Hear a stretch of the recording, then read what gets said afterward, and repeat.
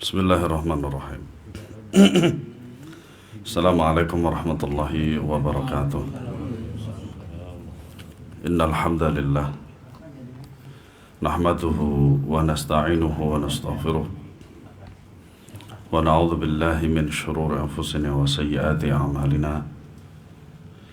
Man yahdihillahu fala mudilla lahu wa man yudlil fala hadiya lahu.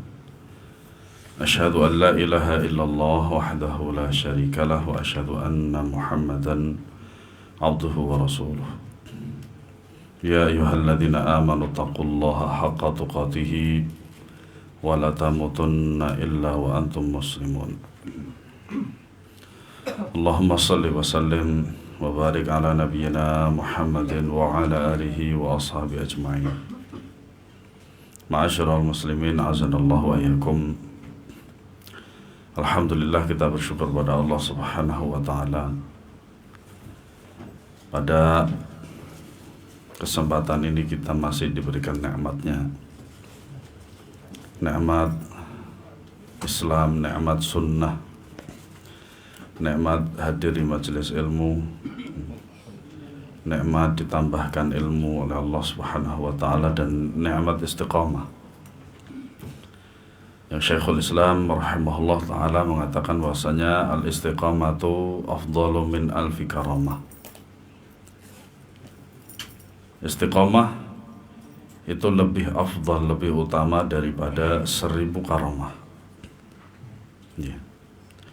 Semoga Allah Subhanahu wa ta'ala menjadikan kita hamba-hambanya yang ikhlas, diterima seluruh amal ibadahnya, ibadah kita, dan ditambahkan ilmu sampai Allah Subhanahu wa ta'ala mewafatkan kita di atas Islam dan sunnah.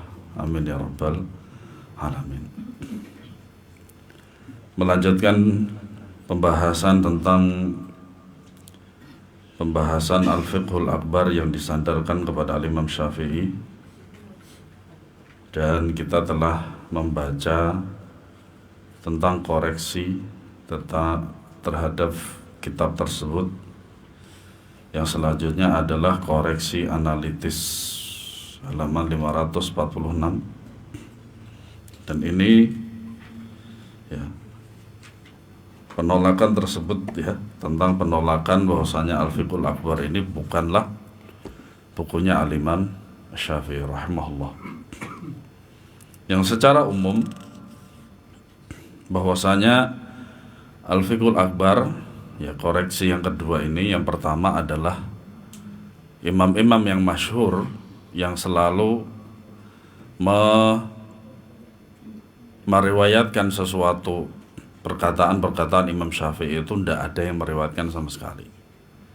Nah, di antara para imam yang selalu menulis tentang Imam Syafi'i itu Abu Hatim Ar-Razi, kemudian Abu Bakar Al-Baihaqi, kemudian Fakhrul Razi, Ibnu Hajar, dan seterusnya.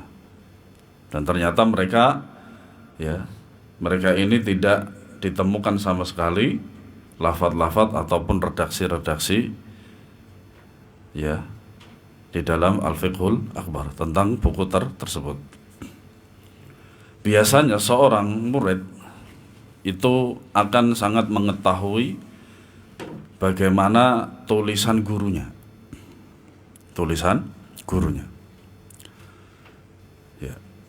Ibnul Qayyim Al-Jauziyah rahimahullah itu adalah yang lebih tahu daripada yang lain tentang tulisan-tulisan Syekhul Islam Ibnu Taimiyah. Ya. Al-Baihaqi dan para ulama-ulama yang disebutkan di sini, ya, jazakallahu khair, itu lebih tahu tentang bagaimana tulisan-tulisan Al-Imam Syafi'i. Itu yang pertama. Yang kedua tentang lafaz-lafaz, ya, lafaz-lafaz yang terdapat di dalam kitab-kitab Al-Imam Syafi'i itu tidak ada di dalam kitab Al-Fiqhul Akbar. Ya. Itu dua pokok penting, ya, dua pokok penting bahwasanya Al-Fiqhul Akbar itu adalah bukan tulisannya Al-Imam Syafi'i rahimahullahu ta'ala. Ya. Kita lanjutkan sampai, ya, intinya di situ.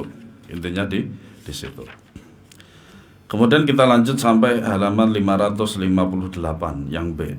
Nah, ini tentang sikap beliau rahimahullah, ya, sikap Imam Syafi'i terhadap golongan yang menyimpang.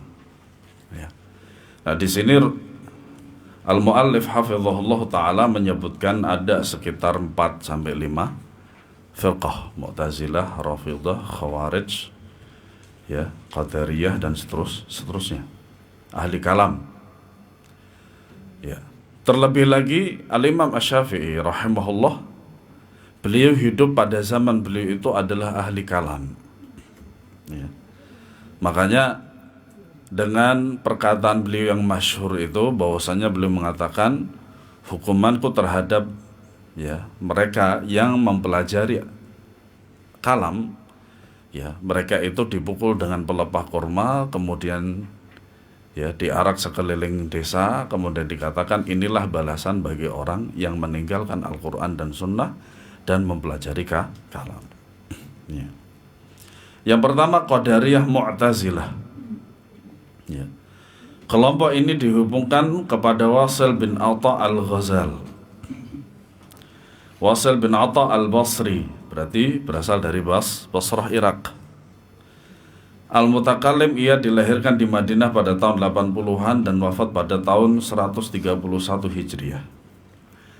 Al-Mas'udi berkata ia merupakan tokoh utama golongan Mu'tazilah dan syekhnya. Ya. Bahkan dia imamnya. Makanya di majelis kita ini sering saya sampaikan bahwasanya firqah-firqah yang ada itu tidaklah sampai kepada Rasulullah sallallahu alaihi wasallam. Jangankan kepada Rasulullah, kepada tabi'in aja tidak. Ya. Nah, makanya mentoknya sampai mereka.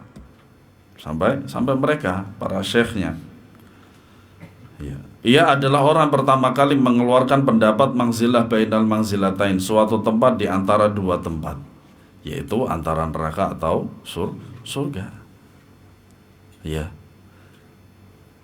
Makanya tempat kembalinya seorang hamba Allah itu salah satu di antara keduanya, entah itu neraka atau itu surga. Nah, di antara keduanya itu tidak ada. Nah, kalau kita tanya tentang manzilah bainal manzilatan ini, dalilnya apa? Tidak ada. Kalau toh ada, pemahamannya tidak benar. Ia pun sering berada pasar Ghazal sehingga mendapat gelar Al-Ghazal. Ya. Banyak sekali orang-orang terdahulu itu dikenal dengan apa yang dia lakukan. Ya. Contohnya Al-Ghazal ini tadi, Ghazal, makanya dia disebut Al-Ghazal karena dia sering di pasar Ghazal dan seterusnya. Kemudian Amr bin Ubaid bin Bab, ya. Dan dia juga orang Al-Basrah dan Al-Mu'tazili Al-Qadari. Ibnu Qutaibah berkata ia adalah orang yang mencetuskan pemikiran Qadariyah dan menyeru orang kepadanya. Nah, ini kan jauh dari para tabi'in. Apalagi apa? Sahabat. Gitu. Sehingga mereka dan kelompoknya dinamakan Mu'tazilah Qadariyah. Ia wafat pada tahun 142 Hijriah. Nah, ini adalah dua pencetus daripada Qadariyah dan Mu'tazilah. Ya. Qadariyah dan Mu'tazilah. Dan ini, nama ini disesuaikan dengan amalannya mereka. Ya. Mu'tazilah dikarenakan i'tizal, menyendiri dari majelisnya Al-Hasan Al-Basri rahimahullah. Kemudian dia memberikan fatwa tersendiri dan fatwanya nyeleneh yang tidak pernah dipelajari sama sekali oleh Al-Hasan Al-Basri rahimahullah dari guru-gurunya. Ya. Begitu juga dengan Amr bin Ubaid. Demikian juga yang lain. Diceritakan bahwa pada mulanya mereka berdua adalah teman Al-Hasan Al-Basri. Ya. Tetapi kemudian mereka berbeda pendapat dengannya dalam masalah pelaku dosa besar. Ini mirip seperti Khawarij nantinya. Mereka berpendapat bahwa pelaku dosa besar berada di antara dua posisi, yaitu bukan mukmin dan juga bukan kafir. Nah, ini maksud daripada manzilah bainal manzilatain. Ya. Nah, kalau bukan mukmin dan bukan munafik, bukan kafir, munafik kah? Padahal munafik itu masuknya ke kafir. Ya. Maka Al-Hasan Al-Basri mengusir mereka dari majelisnya sehingga mereka mengasingkan diri di salah satu pojok Masjid Basrah. Makanya seorang ustadz, seorang syekh itu berhak untuk mengusir seseorang apabila berbahaya dalam majelis. Boleh. Ini diantaranya. Contohnya. Ya. Kemudian dikatakanlah Mu'tazilah kepada dua orang tersebut dan para pengikut mereka karena berbedanya pendapat mereka dengan pendapat umat. Makanya ya, di antara ijma itu ada dua. Pertama ijma sahabat, dan ini maksum. Ya, tidak mungkin salah.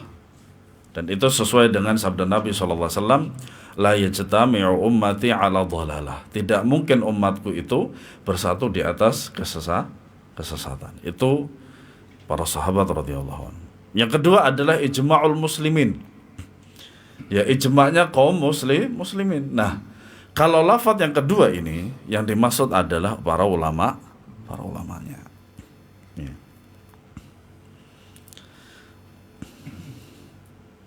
Yaitu mereka menduga bahwa orang fasik dari umat Islam bukanlah mukmin dan juga bukan kafir. Nah, bagaimana cara mengkelompokkan dari dua kata ini atau beberapa kata ini? Pertama, sebenarnya kita harus melihat daripada syu'abul iman. Ya, syu'abul iman, yaitu cabang-cabang iman. Kedua, kosakata ini baik atau buruk? Ya, baik atau buruk. Makanya ya, suatu kata yang buruk pasti dia akan bisa dikelompokkan. Perkataannya atau laqab atau gelar yang buruk dan yang baik itu masing-masing tetap akan bisa dikelompokkan. Nah, kenapa mereka mengatakan demikian? Kalau kita lihat pada pengertian fasik. Fasik itu apa? Fasik itu dia mengetahui hukumnya tapi menyelisih. Nah kan ya, seperti ini kan dua keadaan. Keadaan pertama adalah mengetahui. Keadaan yang kedua adalah menyelisihi. Fasik kan begitu. Nah, orang-orang Mu'tazilah dan Qadariyah ini bingung. Ya. Padahal seharusnya kalau mereka bingung itu mereka ingat kepada firman Allah Subhanahu wa taala, fas'alu ahla dzikri in kuntum la ta'lamun. Malah berpendapat yang aneh-aneh di majelisnya siapa? Hasan Al-Basri. Makanya diusir. Itu. Sekiranya kalau dia mau bermusyawarah kemudian juga membahas secara terperinci dengan Hasan Al-Basri, tentu saja mereka akan mendapatkan jawabannya. Ya. Nah, akhirnya mereka itu apa?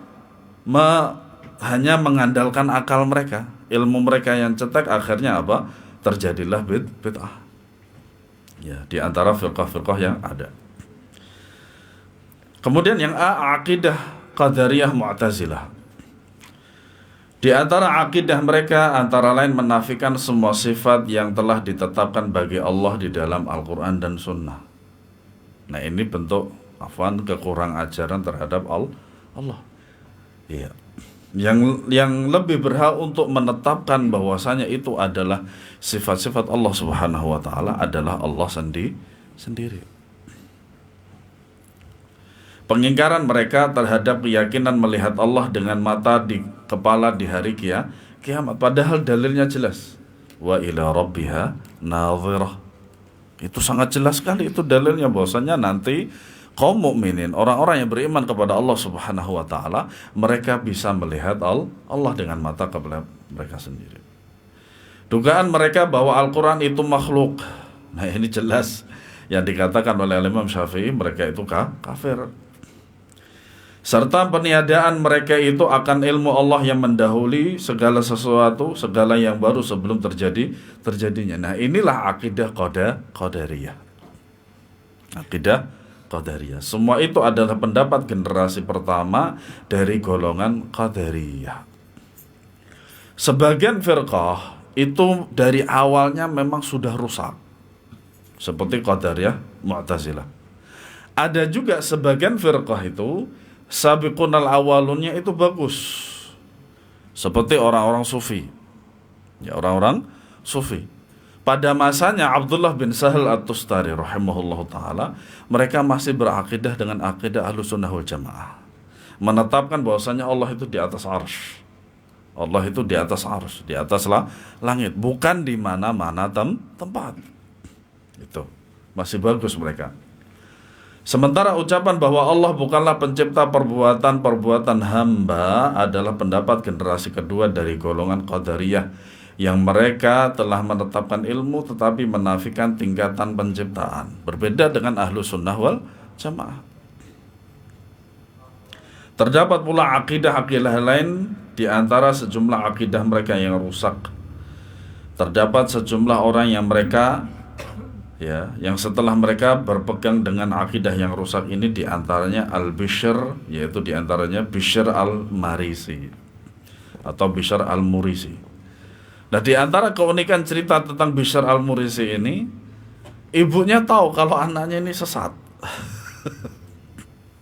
Sehingga ibunya itu mengadu kepada Al-Imam Asy-Syafi'i untuk menasehatinya. Ajib. Seorang ibu tahu akan kesesatan anaknya. Nah, terjadilah sebuah dialog antara Al-Imam Asy-Syafi'i dengan Bishr Al-Marisi ini. Dengan percakapan atau dengan tanya jawab yang sangat panjang sekali, akhirnya Al-Imam Asy-Syafi'i tidak bisa mendakwahi lagi. Dan ibunya pun juga sama, sudah nggak bisa mendakwahi lagi. Subhanallah. Yang bersikap Imam Syafi'i terhadap golongan Qadariyah Mu'tazilah. Al-Buwaiti, yaitu muridnya Al-Imam Syafi'i, muridnya Al-Imam Asy-Syafi'i. Makanya beliau, Al-Imam Al-Buwaiti ini adalah imam setelah Al-Imam Syafi'i, muridnya Al-Imam Syafi'i dari Mesir. Dan beliau termasuk salah satu pembawa mazhab Al-Imam Syafi'i. Makanya Al-Imam Syafi'i itu mempunyai kitab yang meringkas itu ada dua. Pertama Rabi' bin Sulaiman, Al-Muzani, Al-Imam Al-Muzani. Yang kedua Al-Buwaiti. Secara khusus Al-Imam Asy-Syafi'i rahimahullah memberikan rekomendasi tentang Al-Buwaiti ini.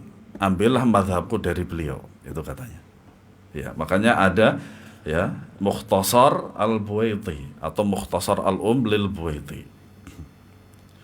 Aku bertanya kepada Imam Syafi'i, bolehkah aku sholat di belakang penganut paham Rafidhah, yaitu Syiah? Jawabnya, jangan kamu sholat di belakang seorang Rafidhah yang di belakang Qadari ataupun di belakang Murji', yaitu Murji'ah. Ya. Nah, ini secara khusus Al-Imam Asy-Syafi'i rahimahullah mengatakan demikian. Artinya, ahli bid'ah itu bermacam-macam. Ya.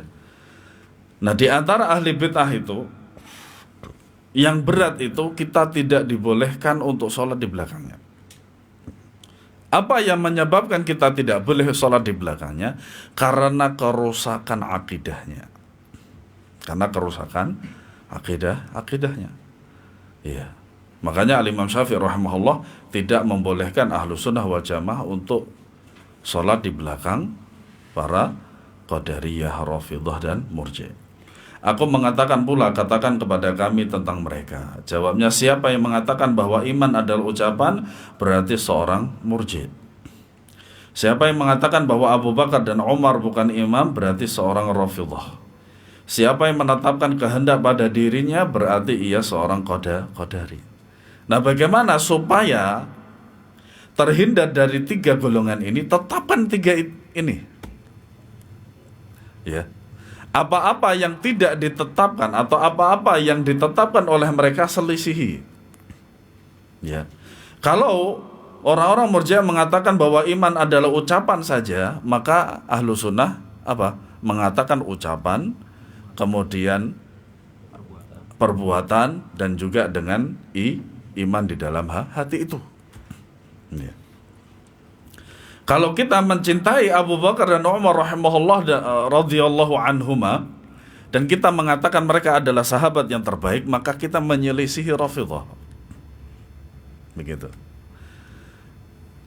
Nah, kalau kita menetapkan kehendak pada diri sendiri yang bukan pada diri sendiri, artinya apa? Ada kehendak Allah Subhanahu wa taala, maka kita bukan seorang qadari. Itu. Ya. Ar-Rabi' bin Sulaiman berkata tentang Imam Syafi'i rahimahullah, yang membenci salat di belakang seorang qadari.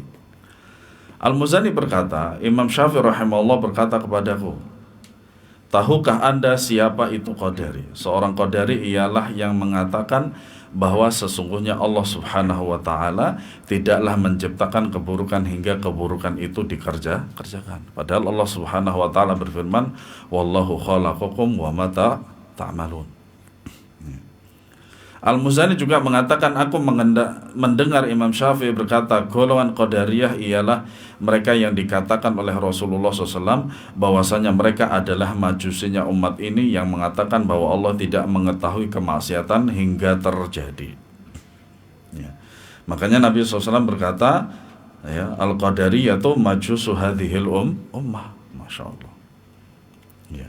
Ada 2 firqah setelah Nabi SAW, setelah para sahabat radhiyallahu anhum, yang secara khusus beliau sallallahu alaihi wasallam itu mengisyaratkan secara langsung. Pertama Qadariyah. Nabi SAW bersabda, Al-Qadariyah itu majusu hadhil ummah. Itu yang pertama. Yang kedua adalah tentang Khawarij. Nabi SAW berkata tentang Khawarij apa? Kalau sekiranya aku hidup pada zaman mereka, aku akan mengajak kalian kaum muslimin untuk memerangi mereka. Itu hadisnya. Secara isyarat demikian. Artinya apa? Nabi SAW tidak meridhai sama sekali mereka. Makanya bid'ah dan ahli bid'ah ini membatalkan syahadat Muhammad Rasulullah Sallallahu Alaihi Wasallam.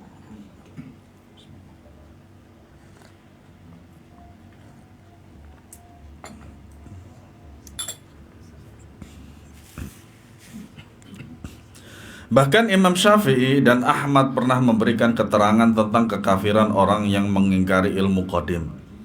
Ya. Kenyataannya memang tidak hanya seorang dari kalangan salaf yang berkata, debatlah golongan Qadariyah dengan ilmu. Ya karena memang mereka nggak punya ilmu. Ya. Jika mengakunya berarti mereka kalah, dan jika mengingkarinya berarti mereka kafir. Ya. Nah disinilah pada jamaah sekalian, yang namanya pemahaman yang rusak itu maju kena, mundur kena, serba salah. Ya, maka yang baik apa? Mengikuti sunnah Nabi Shallallahu Alaihi Wasallam. Ar-Rabi' berkata, Imam Syafi'i turun dari tangga rumahnya ke arah kami. Sementara itu beberapa orang sedang berdebat tentang masalah takdir. Tiba-tiba ia berkata, kalian pergi dari sisi kami atau kalian berdampingan dengan kami secara baik-baik. Nah ini menunjukkan akan bahayanya bid'ah, pemahaman yang buruk. Sampai Imam Syafi'i demikian. Nah ini salah satu bentuk daripada penjagaan Imam Syafi'i rahimahullah terhadap diri sendiri dari syubhat. Nah Imam Syafi'i aja sendiri seperti itu, maka kita jangan mendekati syubhat. Seorang hamba menjumpai Allah dengan segenap dosanya selain syirik lebih baik daripada ia menjumpainya dengan membawa sesuatu dari sikap memperturutkan hawa nafsu seperti ini. Ya. Kenapa? Hampir sama dosanya dengan kesyirikan. Pernah pula Imam Syafi'i rahimahullah berdebat dengan beberapa orang anggota kelompok ini sehingga beliau mengkafirkan mereka tatkala mereka nyata-nyata telah berseberangan dengan Alkitab dan As-Sunnah. Ya. Makanya masalah kafir mengkafirkan itu setelah adanya iqamatul hujjah, menegakkan hujjah, sehingga apa? Mereka itu faham. Setelah faham, mereka faham, terus kemudian mereka mengingkari, barulah terjadinya vonis. Ya, terjadinya vonis. Belum apa-apa sudah divonis. Imam Syafi'i itu memberikan iqamatul hujjah dulu. Nah, setelah itu apa? Sekiranya kalau dia tetap ngeyel dan lain sebagainya, barulah Imam Syafi'i mengatakan apa? Mereka kafir. Demikian. Ar-Rabi bercerita, tatkala Imam Syafi'i berbicara dengan Hafs al-Fard, tiba-tiba Hafs berkata Al-Quran itu makhluk. Nah, ini apa? Cerita yang diulang lagi sebenarnya. Sudah kita bahas. Imam Syafi'i mengatakan Anda telah menjadi kafir terhadap Allah yang Maha Agung. Nah, Imam Syafi'i mengkafirkannya karena sudah iqamatul hujjah. Dan perkara akidah dan manhaj itu bukan perkara yang ringan. Dengannya kita apa? Bisa bermuamalah dengan manusia yang lainnya, dengan firqah-firqah yang ada. Tetapi dengan syarat apa? Harus dinasihati. Dijelaskan pula tentang sikapnya yang selalu bertentangan dengan pendapat-pendapat golongan ini hingga pada ucapan la ilaha illallah. Al-Jarudi berkata Imam Syafi'i pernah menyebut Ibrahim bin Ulayyah. Ya, dia adalah seorang Jahmi yang celaka. Ia berdebat dan menyatakan pendapat tentang kemakhlukan Al-Quran. Ia wafat pada tahun 218 Hijriah. Ya. Katanya, aku tidak sepaham dengannya tentang apa saja hingga mereka tentang la ilaha illallah. Aku tidak mengatakan seperti yang ia katakan, tetapi yang aku katakan ialah tiada ilah yang berhak untuk diibadahi selain Allah yang telah berbicara kepada Musa dari balik hijab. Adapun yang dikatakan olehnya adalah tiada ilah yang berhak untuk diibadahi yang telah menciptakan kalam yang diperdengarkannya kepada Musa dari balik hijab. Ya. Ini perkataan siapa? Perkataan Ibrahim bin Ulayyah, seorang Jahmiyah. Abdullah bin Saleh, juru tulis Al-Laif. Ini Al-Laif bin Sa'ad. Ya, ulamanya Mesir. Ulamanya Mesir. Sebelum Al-Imam Asy-Syafi'i datang. Ya. Pernah menuturkan kami menghadiri. Ini berarti Al-Laif yang lain. Ya, Al-Laif yang lain. Karena Al-Laif bin Sa'ad ini wafat sebelum Imam Syafi'i datang. Dan beliau rahimahullah ta'ala termasuk faqihnya daripada Mesir. Kami menghadiri majelis Imam Syafi'i dan saat itu membahas tentang penetapan khobar ahad yang disampaikan dari Nabi SAW. Khobar ahad itu adalah hadis yang dibawa oleh satu rawi saja. Ya. Seperti apa? Seperti innamal a'malu binniyat. Itu hadis ahad. Itu hadis ahad. Nah, orang-orang mengatakan bahwasanya hadis ahad itu tidak memberikan ilmu yakin tapi hanya dhon saja. Persangka. Nah, Imam Syafi'i rahimahullah berbeda dengan pendapat seperti ini. Beliau mengatakan rahimahullah ta'ala, selama hadis itu sahih, walaupun ahad, tetap dia memberikan ilmu. Ya. Pembicaraan itu kami tulis dan kami bawa kepada Ibrahim bin Ismail bin Ulayyah, salah seorang budak Abu Bakar bin Al-Asam yang mempunyai majelis bab Ad-Dawal Mesir. Ketika tulisan tadi kami bacakan kepadanya, ia pun berdalil membantahnya. Maka kami menulis apa yang dikatakan Ibnu Ulayyah, kemudian kami bawa kepada Imam Syafi'i dan beliau menyalahkannya. Ia pun berbicara untuk membatalkan apa yang dikatakan Ibnu Ulayyah. Asy-Syafi'i berkata Ibnu Ulayyah itu sesat. Ia duduk di majelis bab Ad-Dawal dan menyesatkan manusia. Taib. Nah, pada kejadian ini berbeda dengan yang saya ceritakan tadi, bahwasanya harus ada iqamatul hujjah. Ada beberapa perkara yang memang kalau dalilnya sudah jelas dari Al-Quran dan Sunnah, ya, dan tahu bahasa Arab, terus kemudian masih mengayal dan membantah, maka tidak masalah untuk dikatakan dia sesat. Ya. seperti halnya yang dilakukan oleh Al-Imam Asy-Syafi'i. Tapi pembahasan tentang sesat, menyesatkan, kafir dan mengkafirkan, bid'ah dan membid'ahkan itu perkara yang berat.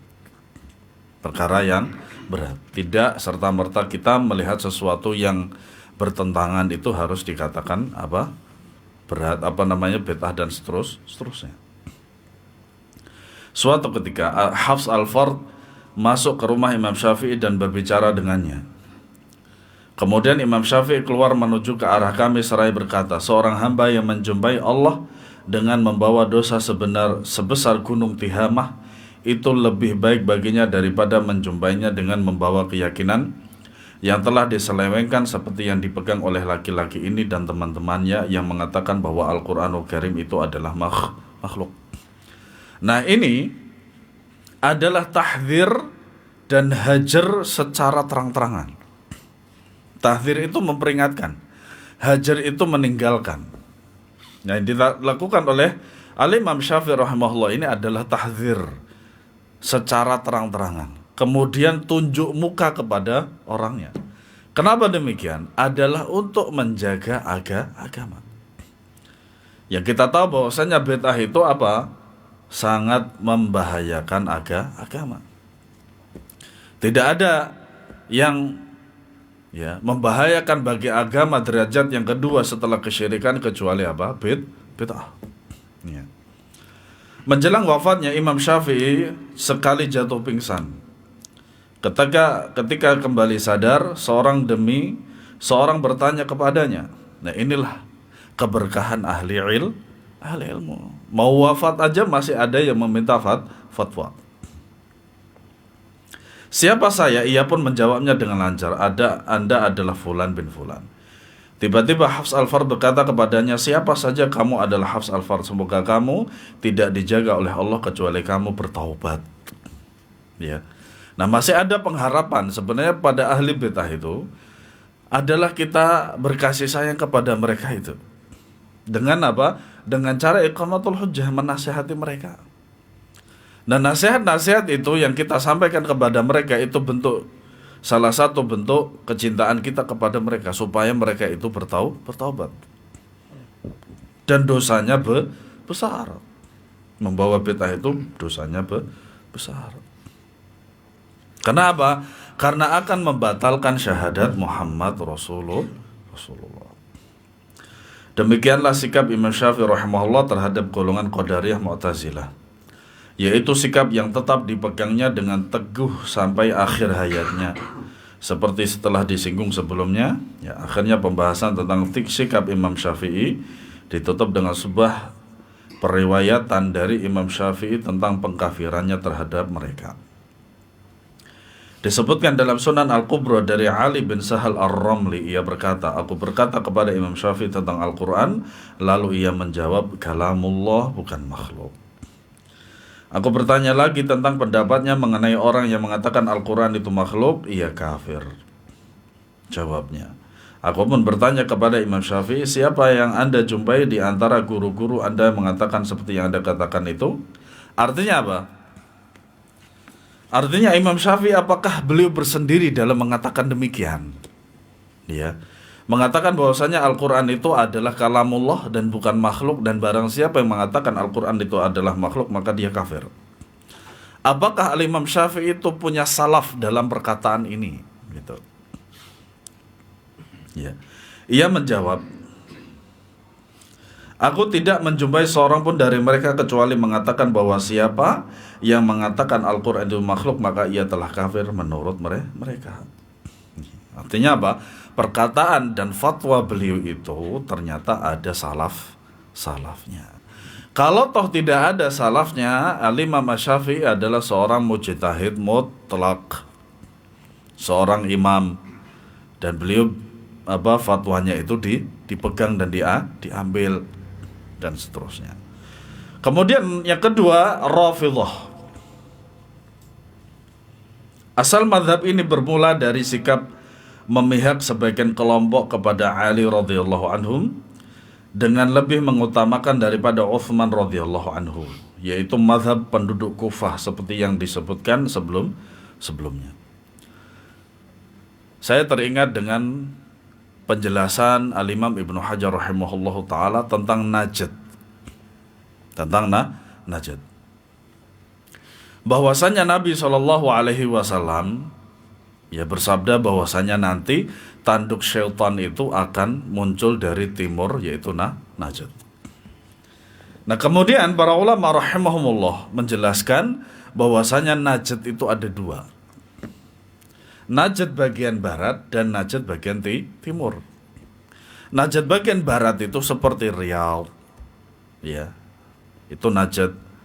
Ya, kemudian Al-Qasim itu juga najat juga itu. Nah, najat bagian timur diantaranya Irak. Nah, tadi Qadariyah Mu'tazilah itu dari mana? Dari Basrah. Basrah itu mana? Irak.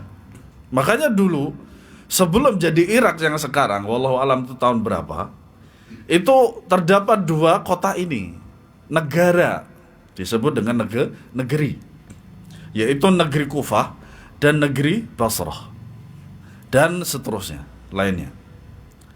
Ketika dua kota ini bersatu, jadilah negara itu Al-Iraqaini namanya, dua Irak. Kemudian karena Al-Iraqaini ini kan sulit untuk dilafadzkan begitu kan, salah berat gitu kan, dan itu menyulitkan. Akhirnya jadinya Al-Iraq begitu. Tetapi dua kota ini masih ada sampai sekarang. Nah, Qadariyah Mu'tazilah itu datangnya dari mereka, dari sana. Makanya benar kata para ulama bahwasanya najat yang disabdakan oleh Nabi SAW dari timur itu adalah Irak.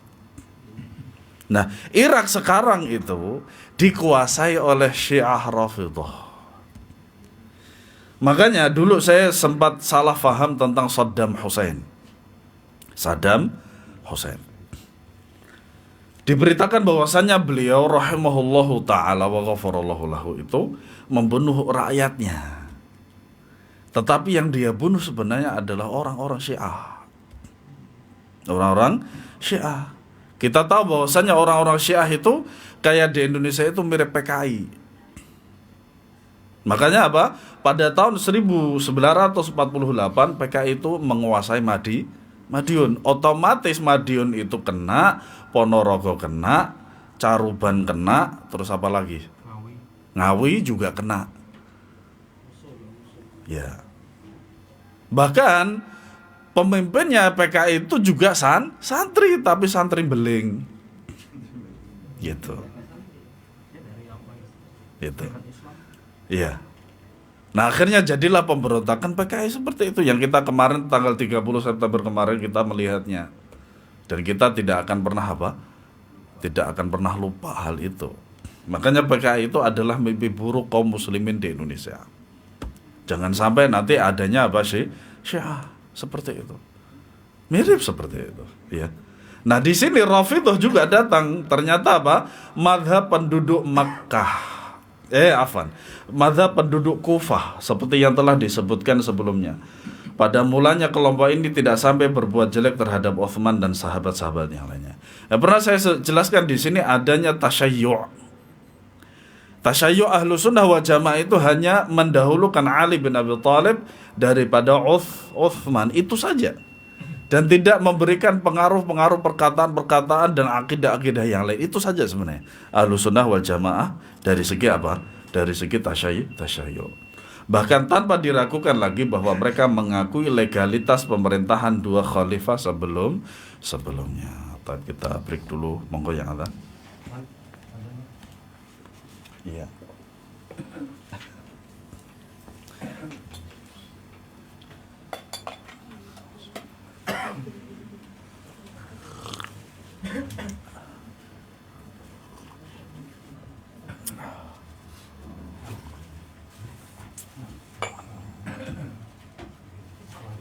Allahu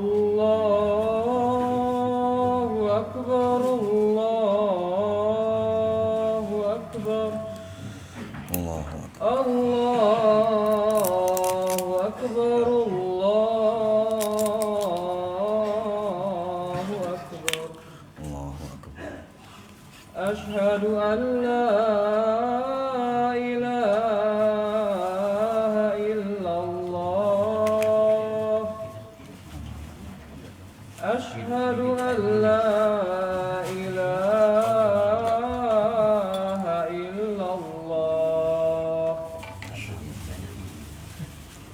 أشهد أن محمدا رسول الله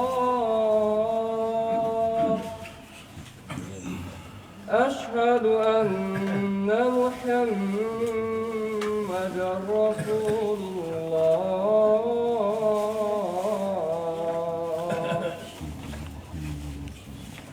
حي على الصلاة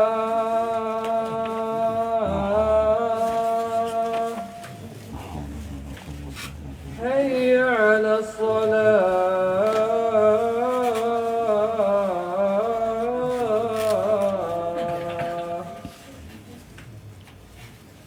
حي على الفلاح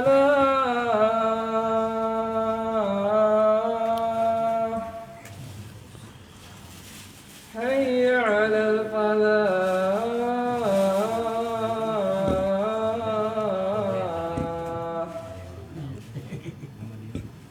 الله أكبر الله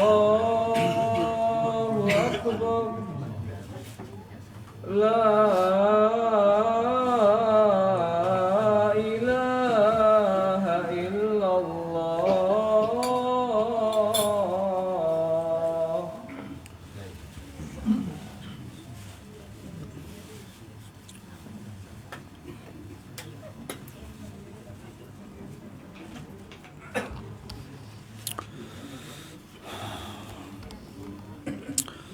Bismillahirrahmanirrahim.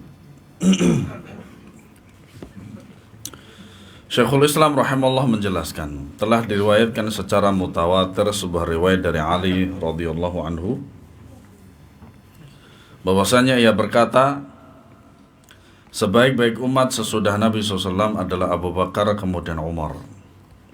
Hal ini pun disepakati oleh kalangan Syiah generasi terdahulu. Nah ini, makanya firqah-firqah terdahulu itu ada sebagian mereka itu yang masih selamat, walaupun selamatnya enggak 100%. 50-50 gitu. Bahkan Syiah pun yang kita ketahui seperti itu ternyata mutaqaddiminnya tidak separah yang setelahnya, mutaakhirin. Ya.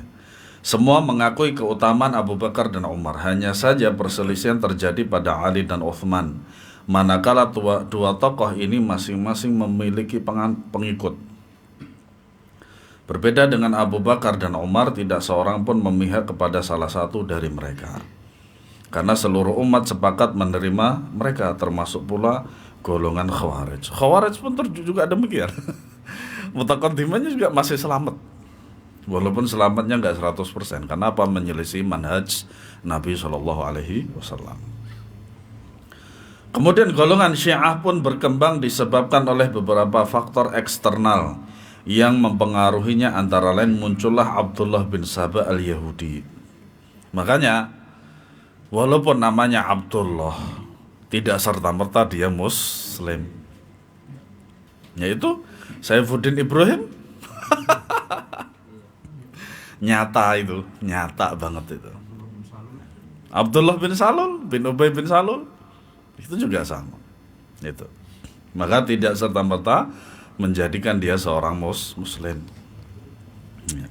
Abdullah bin Saba al-Yahudi seorang yang sesat dan menyesatkan. Bahkan dia seorang Yahudi. Yahudi sesat menyesatkan. Karena apa? Yahudi yang tidak sesat dan tidak menyesatkan itu hanya pada zamannya Nabi Musa. Mereka yang disebut dengan Hawariyun. Makanya kalau kita ditanya siapakah orang-orang yang terbaik di sisi Nabi SAW, para sahabat. Begitu juga dengan Nabi Musa, siapakah yang terbaik? Ya di sahabat beliau. Ya.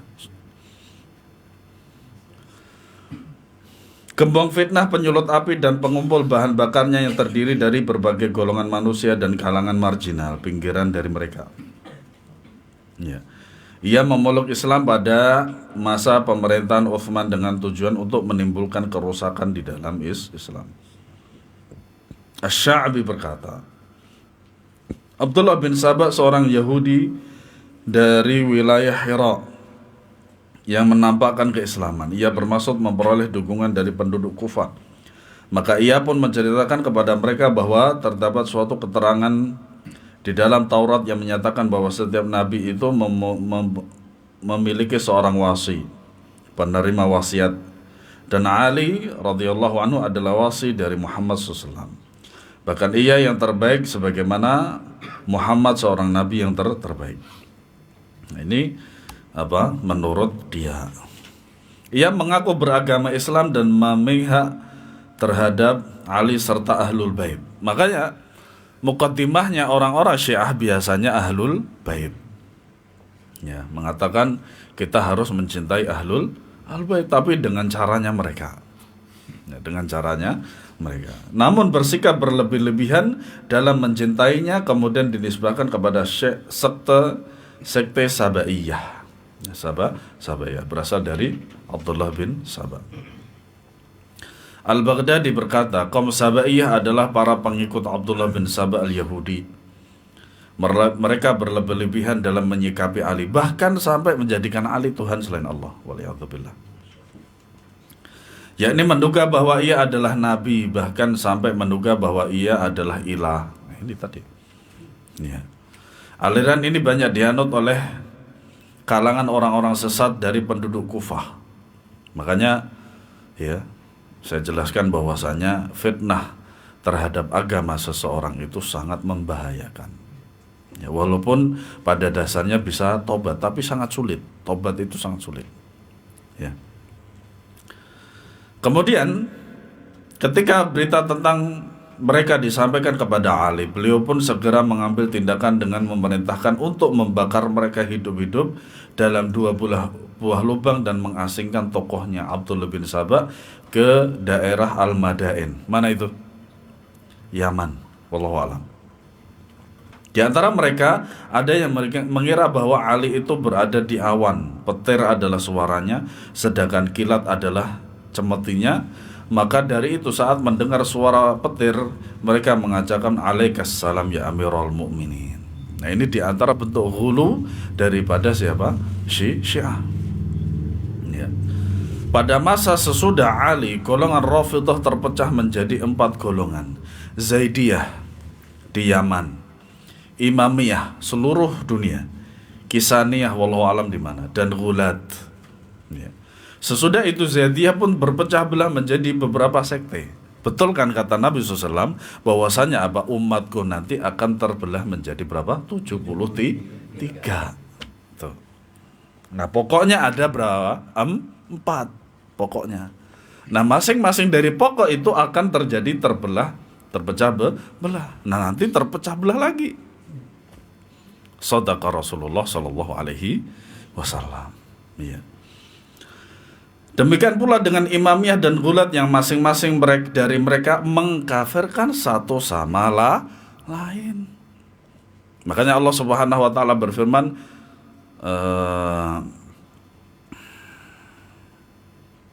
wa tahsabuhum jami'an wa qulubuhum syatta.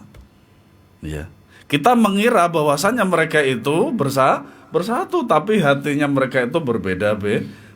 Akhirnya jadilah seperti ini. Makanya ahli bid'ah wal furqah. Kalau ahlu sunnah wal jamaah, maka ahlu sunnah wal jamaah mengatakan ahli bid'ah itu adalah ahlul bid'ah wal furqah. Karena apa? Suka berpecah belah.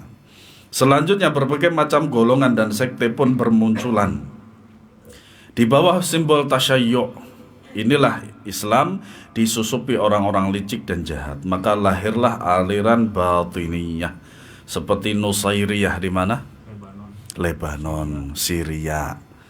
Kemudian Druz, kemudian Fatimiyin. Fatimin di mana? Di Mesir. Nah, inilah mereka yang pertama kali mengadakan maulid.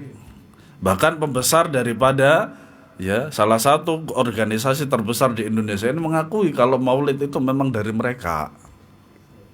Ya. Dan ajaran-ajaran mereka yang mereka amalkan itu 11-12 dengan Syiah gitu. Nah, kalau kayak gitu kan kita Ahlussunnah wal Jamaah kan gak bingung gitu loh dalam bersikap. Masalahnya kamuflasenya itulah kita sehingga sulit untuk bermuamalah dengan mereka. Ismailiyun yang kesemuanya masuk melalui pintu tasyayyu'. Nah, ini tadi. Padahal ahlu sunnah wal jamaah hanya sekedar mendahulukan Ali daripada Utsman, tidak yang lain, itu saja udah. Nah ternyata ya bab ini atau pintu ini dimasukin oleh orang yang seperti itu. Al-Ghazali mengomentari sekte-sekte ini, yaitu keadaan lahirnya Rafidhah namun batinnya murni kafir. Ya karena memang demikian. Ya, orang-orang Rafidhah itu ya sesederhana apapun dan istilahnya seringan apapun kerusakan akidah mereka, sebenarnya mereka kafir. Karena apa? Asalnya saja sudah dari Yahudi. Az-Zahabi rahimahullah berkata, mereka adalah kaum yang paling dusta terhadap nakliyah. Makanya dengan adanya taqiyah. Taqiyah itu bohong, dan bohong itu ajaran mereka. Orang itu kalau nggak bohong itu nggak afdol. Makanya Rafidhah itu dikenal sebagai seorang pendusta. Bahkan kalau nggak dusta nggak dianggap sebagai Rafidhah, itulah. Iya. Dan paling bodoh terhadap akliyah yang berkenaan dengan akal. Seperti yang kemarin saya ceritakan. Jadi ada seorang rahib pendeta Syiah. Dia menceritakan bahwasanya ada satu hewan yang melihat sebagai saksi bahwasanya Husain radhiyallahu anhu itu dibunuh di Karbala. Ya jadi ya sebuah video sebenarnya. Video itu durasinya nggak nyampe 1 menit. Kemudian di video itu terbagi menjadi 2, atas dan bawah. Atas itu adalah pendeta Syiah, bawah itu gambar ayam jago. Semoga antum bisa itu. Jadi si Syiah Rafidhah ini mengatakan bahwasanya ayam jago itu dia menjadi saksi ketika Husain itu dibunuh. Tapi bukan perkataan seperti ini dengan bahasa Arab, bukan. Tapi dengan bahasanya ayam kok begitu. Nah si pembuat daripada meme ini dia mengatakan dinisbahkan kepada si ayam jago ini, makulna kadzalik, kita nggak mengatakan demikian. Nah ini diantara bentuk kebohongan daripada orang-orang Syiah.